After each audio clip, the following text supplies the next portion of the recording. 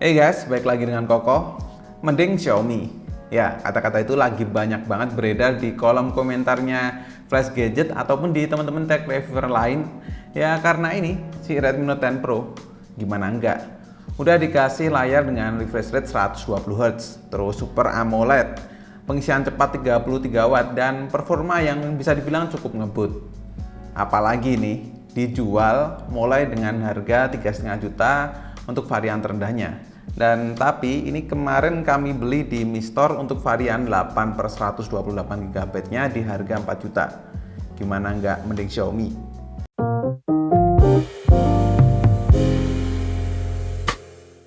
Good job Xiaomi. Kali ini saya suka dengan desain overallnya dari Redmi Note 10 maupun si Redmi Note 10 Pro ini. Finishingnya ini pakai frosted glass matte dengan warna biru yang soft. Handheldnya sih rada licin, cuman plusnya jadi nggak ninggalin bekas di jari. Simpelnya sih kamu masih bisa pakai soft case juga kalau mau lebih berasa gripnya. Framenya solid, begitu juga dengan tombol power dan tombol volume juga solid. Tombol power yang berfungsi sebagai fingerprint ini responnya juga cepet dan bikin betah lah pakai side fingerprint model gini. Frame bagian atas dan bawahnya ini flat dengan dual stereo speaker. Hasil suara speakernya juga mantep.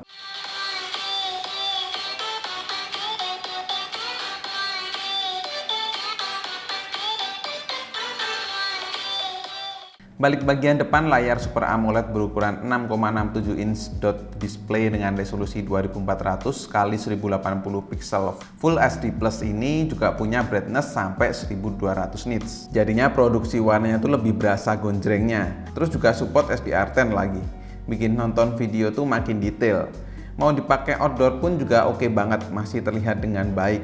Touchscreen-nya mulus, no delay, buat main game sih nggak ada kendala.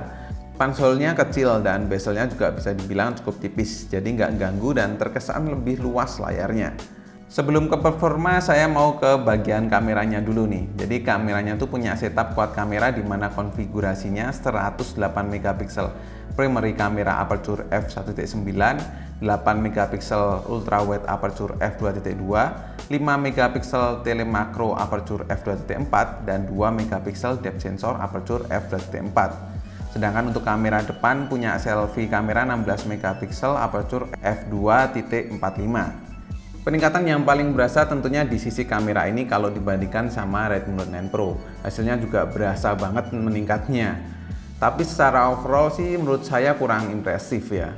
Di hasil mode autonya atau normalnya ini memang semuanya terlihat oke, baik kontras maupun brightness juga seimbang. Detailnya juga bagus apalagi jika menggunakan mode 108 megapiksel. Dynamic range-nya juga cukup luas. Fotonya sih cenderung ke natural. Jadi buat yang suka edit-edit foto mungkin Redmi Note 10 Pro ini cocok. Nah, jika sedikit kita bandingkan dengan Realme 8 Pro, 108 MP-nya tuh lebih vibrant dan dynamic range-nya lebih luas sih Realme 8 Pro-nya sedikit ya.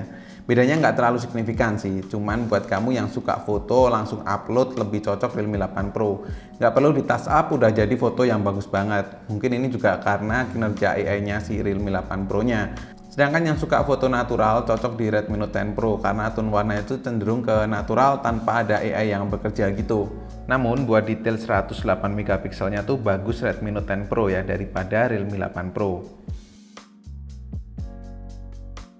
Terus untuk hasil ultrawide-nya dari Redmi Note 10 Pro ini kamu bisa mengambil gambar dengan sudut yang lebar 118 derajat. Karakternya sama dengan mode normal atau autonya tadi. Kamera kayak gini tuh cocok banget buat foto pemandangan dan foto ketika di ruangan yang sempit. Next ke mode portrait, menurut saya hasilnya cukup rapi, walau di kondisi kurang cahaya masih terbilang rapi juga sih. Di portrait ini kamu juga bisa ganti bokehnya sesuai selera karena banyak banget tuh fitur yang disediain. Sedangkan untuk mode makronya nih yang saya bisa bilang ajib banget. Buat handphone kelas mid-range, foto makronya sih keren banget asal bisa ambil dalam sudut yang pas dan tentunya dengan cahaya yang cukup juga. Lanjut lagi untuk ke mode video, Redmi Note 10 Pro ini mampu merekam hingga 4K 30 fps untuk kamera belakang.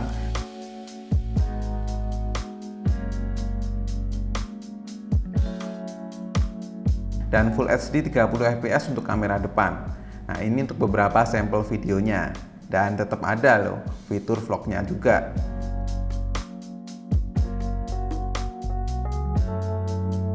Untuk smartphone kelas mid-range, Redmi Note 10 Pro ini ditanam prosesor Qualcomm Snapdragon 732G dengan GPU Adreno 618 yang di atas kertas performanya tentu nggak perlu diragukan lagi. Apalagi untuk varian yang saya pegang ini punya RAM 8GB dan ROM 128GB, jelas multitaskingnya lancar ya. Yang bikin tambah smooth lagi yaitu layar 120Hz nya ini. Touch sampling rate-nya aja juga sampai 240Hz. Asli, ini overpower banget sih. Minusnya kalau pakai 120Hz gini ya baterainya jadi boros. Pas saya coba di PC Mark Battery Life, baterainya cuma bertahan 13 jam 33 menit. Apalagi layarnya Super AMOLED, brightness-nya tinggi, jadi ya bikin nguras baterai. Masih wajar lah ya. Kalau mau irit sih cukup pakai refresh rate 60Hz saja dan brightness mungkin harus di setting-setting manual sendiri. Nah, jika di benchmark nih lewat Antutu, skornya bisa dapat 251 ribuan, di mana CPU-nya 74 ribuan dan GPU-nya 77 ribuan.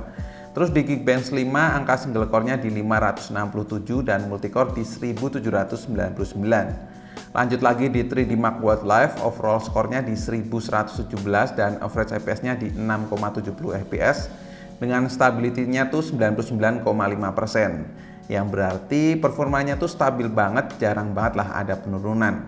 Sedangkan pengetesan di GPU Mark Benchmark bisa dapat angka 1.208.400. Kalau buat main game SD gimana tuh? Nah, kali ini saya coba untuk main game PUBG Mobile. Di sini kamu bisa bermain dengan settingan SD High atau Graphic Smooth Framerate Ultra. Karena biar nyaman, saya coba di settingan Graphic Smooth Framerate Ultra saja. Gameplaynya masih aman, lancar, frame drop ada tapi jarang banget. Rata-rata sih bisa sampai dapat 40 fps, frame drop paling cuman ke 30-an fps. Jadi masih playable banget.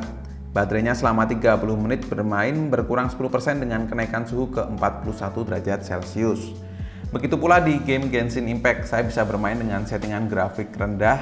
Di sini sih masih playable, namun ketika bertemu monster dan ngeluarin banyak animasi skill, langsung tuh berasa frame dropnya. Tapi nggak parah banget, bisa lah buat dimainin. Efeknya sih Redmi Note 10 Pro ini langsung panas ketika main game ini, berasa lah sampai ke 46 derajat. Dan baterainya berkurang 10% untuk bermain selama 30 menit.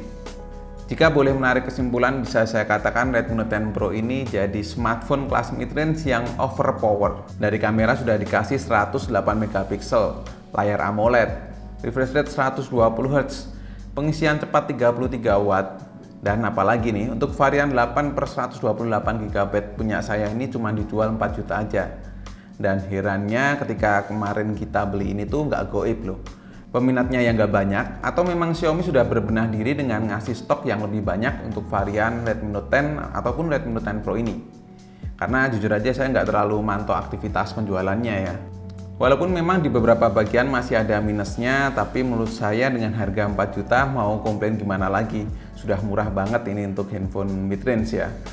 Terus buat teman-teman yang tertarik buat beli juga, nanti link pembeliannya akan saya taruh di kolom deskripsi. Atau gimana nih buat teman-teman yang sudah pegang Redmi Note 10 Pro ini, gimana pengalamannya? Coba kita sharing di kolom komentar, sharing yang positif-positif ya.